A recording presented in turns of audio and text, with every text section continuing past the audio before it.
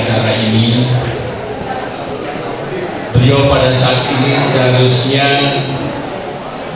melaksanakan launching Politeknik Kelautan Perikanan di Sidoarjo, tetapi nampaknya acaranya juga ada hambatan sehubungan dengan ditutupnya bandara Juanda pada hari ini. Perwakilan dari sini Pak Anton nampaknya juga nggak sampai di sana, pesawatnya tidak ada yang mau ke sana.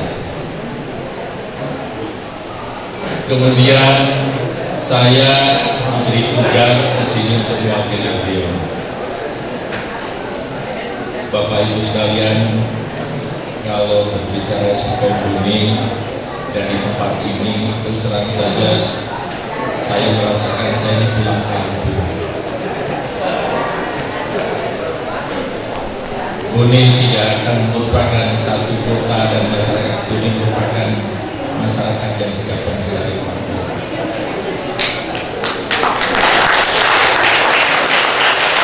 5 tahun 8 bulan saya bekerja sama dengan masyarakat di sini, dengan teman-teman di sini untuk mengembangkan apa yang kita bisa lakukan. Mengingatkan semangat kebersamaan kita, izinkanlah saya mengajaknya akan belajar. Ini mohon maaf Ibu, ini bukan jadwal partai. Tapi siapa tahu tahun depan barangkali beberapa tahun ke depan ada yang memberikan partai SPP SUPN pada tahun 2014 ini secara resmi dinyatakan dibuka.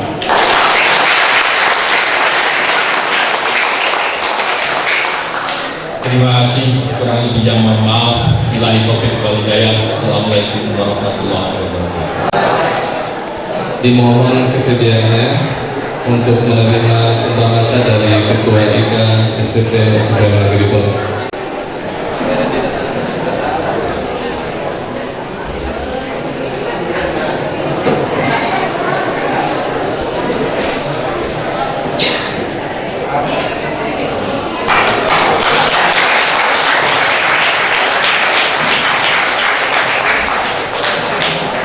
SPP, SUPN, SPP, SUPN. Kepada Bapak Kepala Badan Pengembangan SDM Kelautan Perikanan yang mewakili diucapkan terima kasih. Menyanyikan lagu Bagimu Negeri. Hadirin dimohon berdiri. Satu, dua, tiga.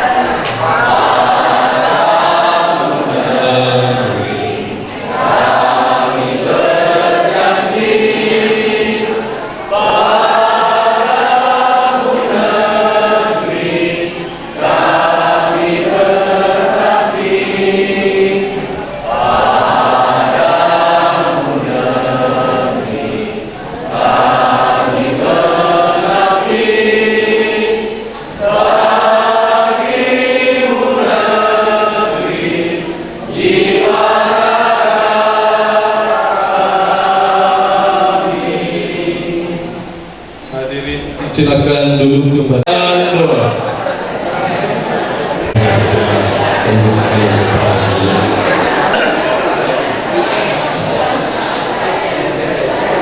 Bismillahirrahmanirrahim. Alhamdulillah hamdan na'iman hamdan syakiran hamdan yu'affi wa yu'affi wa yu'affi. Ya Rabbana lakal hamdu wa lakal Allahumma salli ala Muhammad. Ya Allah, ya Rahman, ya Rahim. Wahai Zat yang Maha Pengasih lagi Maha Penyayang, dalam setiap kesempatan kami senantiasa haturkan puji dan syukur kami kehadirat-Mu. Hanya padamu kami menyembah dan hanya padamu kami memohon pertolongan. Curahkan rahmat dan kasih sayang dan kebahagiaan ini. Kami bermunajat mengharap hadirat-Mu sebagai rasa syukur atas berbagai nikmat yang telah Engkau curahkan kepada kami, seraya memohon agar mendapat berkah dan hidayah. Ya Allah, ya kami, ya Matin, berikan kepada kami kemampuan jiwa untuk surga dan kekuatan iman untuk menghindari cobaan. Limpahkan kepada kami hikmah kehidupan untuk mengikuti peperangan dan membenahi kelemahan. Curahkan kepada kami hidayah kebenaran agar terhindar dari kebenaran. Amin. Ya Allah, ya Rabbah, Zat yang Maha Pengampun, ampuni dosa kami menjadi amal saleh dan ibadah. Ya Allah, ya Tuhan kami, di bawah lindungan kami semua untuk selalu berjalan di jalan yang benar, jalan yang mengkeboi, dan tulislah kami untuk selalu berlindung dari perbuatan nista dan dosa, dan jalan kejahatan dan jalan yang mengkeboi. Ya Allah, ya Mujibas Salim, ampuni dosa kami, dosa-dosa para guru kami, dosa para pemimpin kami. Ya Allah, maafkanlah kami dan rahmatlah kami, hanya engkau penolong dan pelindung kami. Kami kepadamu kami memohon dan berdoa, perkenanlah doa kami ini. Rabbana zalamna anfusana wa in lam taghfir lana wa tarhamna lanakunanna minal khasirin. Rabbana akhlaqna hasabatilan subhanaka faqina azabannar. Rabbana innana sami'na munadiyan yunadi al-iman an aminu bi rabbikum fa amanna. Rabbana faghfir lana dhunubana wa kaffir 'anna sayyi'atina wa tawaffana ma'al abrar. Rabbana hab lana min azwajina wa dhurriyyatina qurrata a'yun waj'alna lil muttaqina imama. Rabbana atina min ladunka rahmatan wa ahyi lana min amrina rashada. Rabbana atina fid dunya hasanah wa fil akhirati hasanah wa qina adzabannar. Wassallallahu ala sayyidina Muhammadin wa ala alihi wasallam. Assalamualaikum warahmatullahi wabarakatuh. Akbar ketiga, Ikatan Kekerabatan Alumni SPM Negeri Bone selesai. Kepada para hadirin kami sampaikan, mohon setelah acara ini tidak meninggalkan tempat, karena setelah acara ini akan dilanjutkan dengan kegiatan yang tentunya tidak kalah serunya. Saya informasikan bahwa acara pertama setelah kita rehat sekitar 5 menit akan dilanjutkan dengan penyampaian motivasi dari Prof. Hamdan Johannes MA yang akan menyampaikan langsung autobiografinya yang berjudul Melawan Takdir. Kemudian setelah kegiatan ini selesai akan dilanjutkan dengan seminar yang akan membahas peran alumni SPP SUPM Negeri Bone dalam pembangunan kelautan dan perikanan. Saya kira ini juga tidak kalah pentingnya, karena saya kira kita semua tentu sangat membutuhkan informasi mengenai pembangunan kelautan dan perikanan.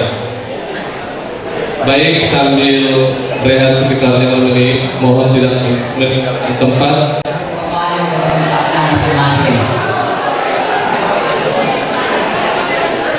Jadi sekali lagi kepada alumni saya minta kembali ke tempatnya masing-masing.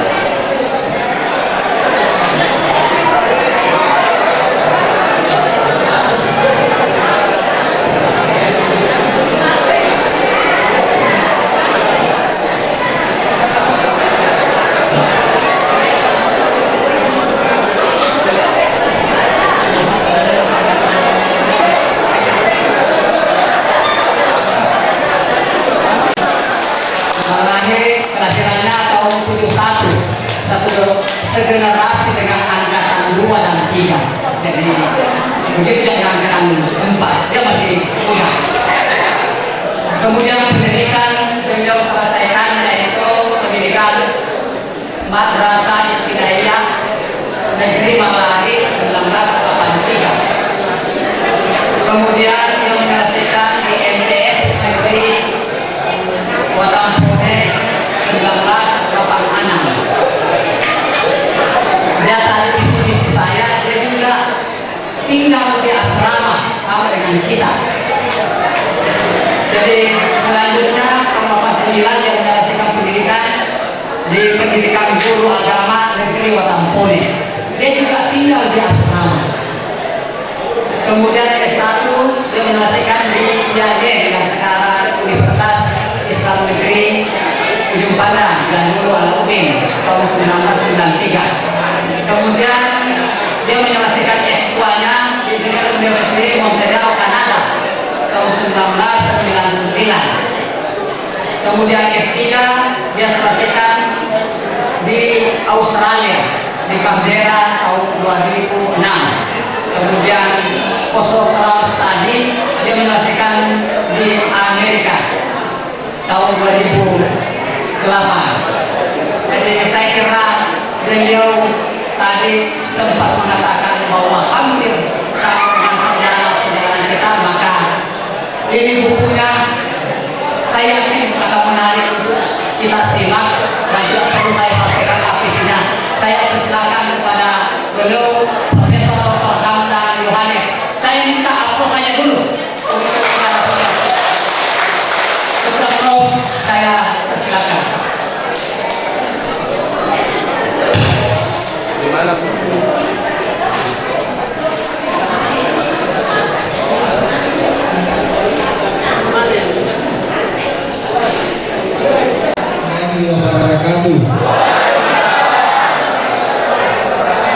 Bapak-bapak, ibu-ibu yang saya hormati, tabik sebentar. Saya tidak ingin mengganggu acara reunita. Saya tidak akan ganggu. Ya, sebentar saja. Sebentar. Sekedar saya mau ingatkan bahwa saya di sini supaya kita sama-sama melawan takdir. Siap? Padahal takdir yang mau dilawan itu takdir tetanggaku, namanya takdir. Oke, baik. Kebetulan setelah ini akan ada seminar lagi. Ibu Kadis dan Pak Agus akan berbicara tentang pengembangan SPP. Tapi perlu dikuatkan dulu dengan fondasi motivasi. Nah, kita dulu.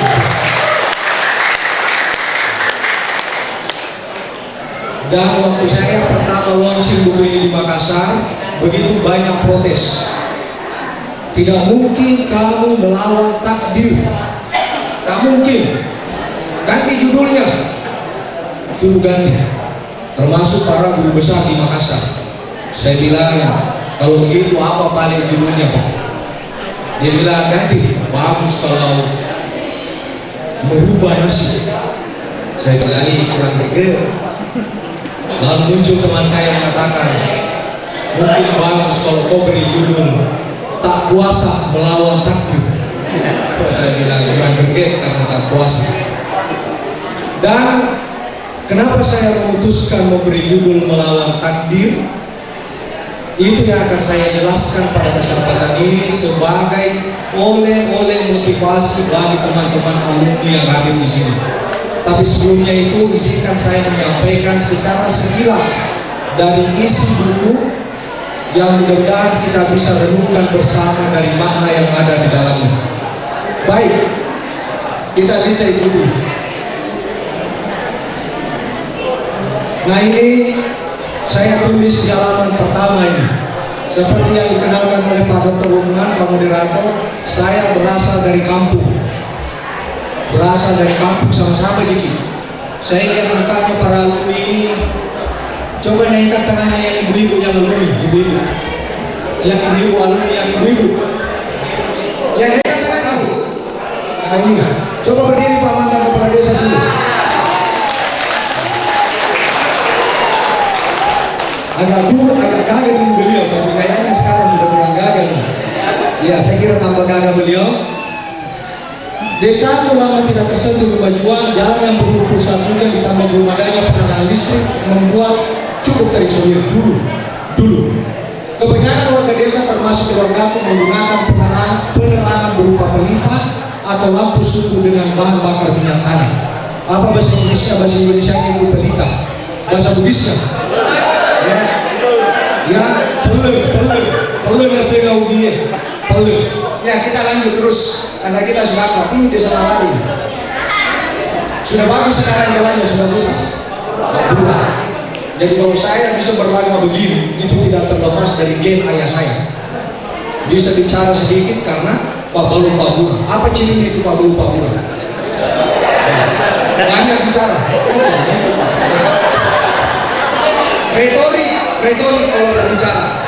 karena saya adalah anak seorang penjual obat. Itulah secara umum bila orang kampung gua bicara dengan mereka yang retorika sering dicandai sebagai penjual obat. Bapak bukan si Nasir. Ini kan tai buku. Neneknya buta huruf tidak pernah bercerita mengapa ibuku menjadi buta huruf. Namun aku mulai sadar bahwa penyebabnya karena ibuku tidak mendapat kesempatan mengakses pendidikan formal. Kami di Gurila, Aceh di Gurila, tidak bisa membaca. Pernah masuk pemberantasan buta huruf dari pemerintah tapi gagal total. Ya gagal total. Yang bisa dia baca seperti yang saya tulis dalam buku hanya kata Pepsodent, yang itu pasta gigi, Pepsodent. Saya bilang, mak, eja coba, dia bilang di eja, Pepsodent saja. Kamu bukan berita nestapa yang dari mana. Jadi saya yakin sejak kecil, kalau saya bercerita tentang keyakinan orang yang bergumul dengan kehidupan dan yakin, sesungguhnya saya tidak berbicara tentang diriku, tapi saya berbicara tentang banyak orang yang juga menjadi yakin sejak kecil. Oke, saya lanjut cepat-cepat. Nah ini bapak saya bercerita tentang kemiskinan. Bapak meninggal di Makassar, matemu, menenun sana, dan dia lakukan ini selama puluhan tahun untuk membiayai kami berempat bersaudara yang menjadi yatim. Luar biasa ya. Meraih benang demi benang, mulai benang. Sabar sekali. Saya handal sekali dan ini dia melakukannya dengan sangat sabar. Ibu Rita yang membesarkan saya, menyekolahkan, membuat sarjana, membuat jadi ibu besar, dan yang melakukannya adalah seorang janda yang buta huruf. Itulah sebabnya dalam hidupku saya itu pernah, dan di bakruk itu tertulis kutunggu jalan. Saya mengalami. Oke, saya lanjut. Aku justru merasa terpanggil dari lubuk hati yang dalam untuk melakukannya karena rasa iba karena diberi mencari upah, nasabah. Loh, nasabah. Saya kira banyak yang kita yang dimata nasabah juga. Ya. Dan saya menjadi pasang kira ibu. Tuh. Kesukaan. Saya ombokkan kanan, ombokkan kiri, ada bantingannya di situ. Wadahnya. Itu yang dibutuhkan terus. Dan kita masak. Kan ibu tidak punya apa-apa, hanya masalah. Tapi yang saya suka cerita adalah ketika Dracula pengisap darah itu bereaksi. Dracula, banyak Dracula itu di sawah. Lojo, kalau lojo naik ini betis begini biasa. Tapi yang tidak biasa terjadi pada saya, ketika lintah itu merasuk ke dalam tubuh dan hanya kurang setengah senti masuk ke lubang pantat saya. Lalu buat gimana surat lalu hasil surat lalu mengalir di Indonesia. Kenapa orang tahu mengalir? Saya dorong, ternyata saya pegang ada yang saya tebal. Dan lain yang berdiri memakai mengambil saya. Tenang, kenapa mengalir begitu tenang? Lojo, saya tidak bisa bayangkan kalau lojo itu masuk dalam pantat untuk keris. Mungkin saya tidak punya kesempatan presentasi dan berbagi. Nah ini, masa sekolah dasar ini saya nih. Kita lihat yang sekali. Hamdan, ini Hamdan, ini Anwar, ini Lili. Saya suka-suka sama Lili. Tapi yang masalah ini Anwar, saya bilang Lili, kenapa kalau bisa kau bicara sama Anwar dibanding ke saya? Dia begini, bilang apa karena Anwar pintar mengaji? Ini kan lo mengaji, begitu suaranya. Saya tidak perlu menerjemah yang saya bisa. Dia bilang, bukan, dia bilang, oh kenapa tidak apa ini? Kenapa? Langsung dia bilang, karena Anwar anak kepala desa. Artinya Pak Edi. Aduh, jadi senang di antara alumni ini kalau ada yang anak kepala desa. Kalau ada yang sudah kepala desa barangkali. Iya. Ya? Sama. Jadi saya lalu dari sini. Sama. Lebih keren lagi kalau Pak juga. Oke, saya cepat-cepat ini karena ini saya pada satu kota-kota ini bukan di rekayasa ini. Sebelum Jokowi ke kota-kota sudah ada di kampung begini kota-kota ini. Ini saya. Dan yang saya mau cerita di sini hadirin, kalau saya pakai sarung seperti ini, saya pastikan saya tidak memakai celana dalam. Kalau itu pasti tahu. Dengan kita sehat ini. Nah ini ada kucing, saya tutupi rapat-rapat supaya jangan kucing cari tikus di dalam. Tentang guru-guru ini mengenai kita sekolah. Ada namanya Pak Buera, guru yang sangat karismatik sekali, luar biasa. Saya kira di SPP ada, mudah sekali. Ya, sering ceramah kalau sudah mandi. Ada namanya Pak Sama, kepala sekolah yang sangat tegas, luar biasa. Siapa perbandingannya di sini? Pak Arus Suruh kepala sekolah bagaimana? Ya, tegas. Ada namanya Pak Masyu, motivator yang sangat ulu, bapaknya Pak Arha. Itulah waktu saya kelas 6, dia pukul bahu, menang. Kau sekolah tinggi-tinggi. Saya bilang, tidak ada waktu Pak. Tidak ada waktu Pak. Tidak sekolah kok. Saya bilang, Pak, sekolah tidak ada waktu. Bisa menjadi orang hebat. Saya bilang, kenapa Pak? Dia bilang, kau bisa seperti bapakmu. Aku tahu, Pak Walu, Pak Bulan. Itulah yang luar biasa dilakukan dalam motivasi saya. Ada namanya itu guru malam, sering dianggap sebagai kalkulator berjalan. Luar biasa. Kepala sekolah berkeluar dan luas wawasan namanya Pak Rashid. Ada juga Ibu Rafia, guru yang berkualitas dengan metode mengajar dan pemasaran yang luar biasa. Materi yang luar biasa. Ini, aku digabung-gabung dengan kepala kantor agama kabupaten. Aku merasakan getaran kegembiraan tak terkira. Tapi saat saudara melihat televisi depan oleh saudara cahaya, aku merasa seperti pengantin yang menjadi raja sehari dengan semua mata tertuju padaku. Ini ada pokoknya. Ini kepala kantor agama, ini bukannya, tapi isinya pada cincin. Jadi orang berkumpul melihat bagaimana prestasi saya masuk di dalam diri. Senang sekali. Setelah saya selesai, di sini saya menjadi bersama dengan peserta dari berbagai provinsi, dan tujuannya ini, saya mau dikirim S2 di Kanada 97-99. Siapa yang sudah lihat pergi pengajian salju di sini? Di mana? Di televisi. Iya, sama itu. Dan ini yang saya tulis. Pertama kali melihat salju. Aku ingat saat pertama kali turun salju. Aku keluar melewati jendela apartemen hanya untuk mengenggam salju yang selama ini aku lihat di televisi. Itu pun televisinya ketara. Saat aku ke kampus dengan hamparan salju yang menutupi pelataran kampus, aku teringat dengan es paru yang dicampur sirup DAP.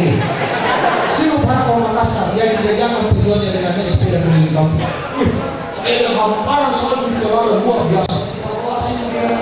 Saya sekarang ada salju. Ada itu caranya yang mudah itu. Pulang ke rumah kalau ada es, buka esnya kulkas. Persis salju. Kalau mau rasakan musim dingin, buka kulkas, kasih masuk ke pelata. Begitu rasanya kalau musim dingin. Oke, ini budaya antri orang-orang yang saya sudah perlihatkan dari anak sekolah yang sangat apik. Selama di sana, ini saya berteman dengan anak orang kaya, Raja Minyak. Saya diberi pemerintah 10 juta per bulan di buku di Kanada, dan orang kaya ini dari Jordan dikiringi bapaknya 30 juta per bulan, dan tidak bisa garis uangnya. Karena dia orang kaya, saya gunakan kesempatan untuk berteman dengan dia. Sekarang saya uang, senang sekali karena dia tidak bisa tanpa 30 juta. Raja Minyak apa istilah bapaknya? Ya usaha punya. Ini teman saya. Ini di belakang bukan teman saya ya. Ini nasi sedikit di Cikarang 98. Ini saya suka berbicara tentang kebersihan.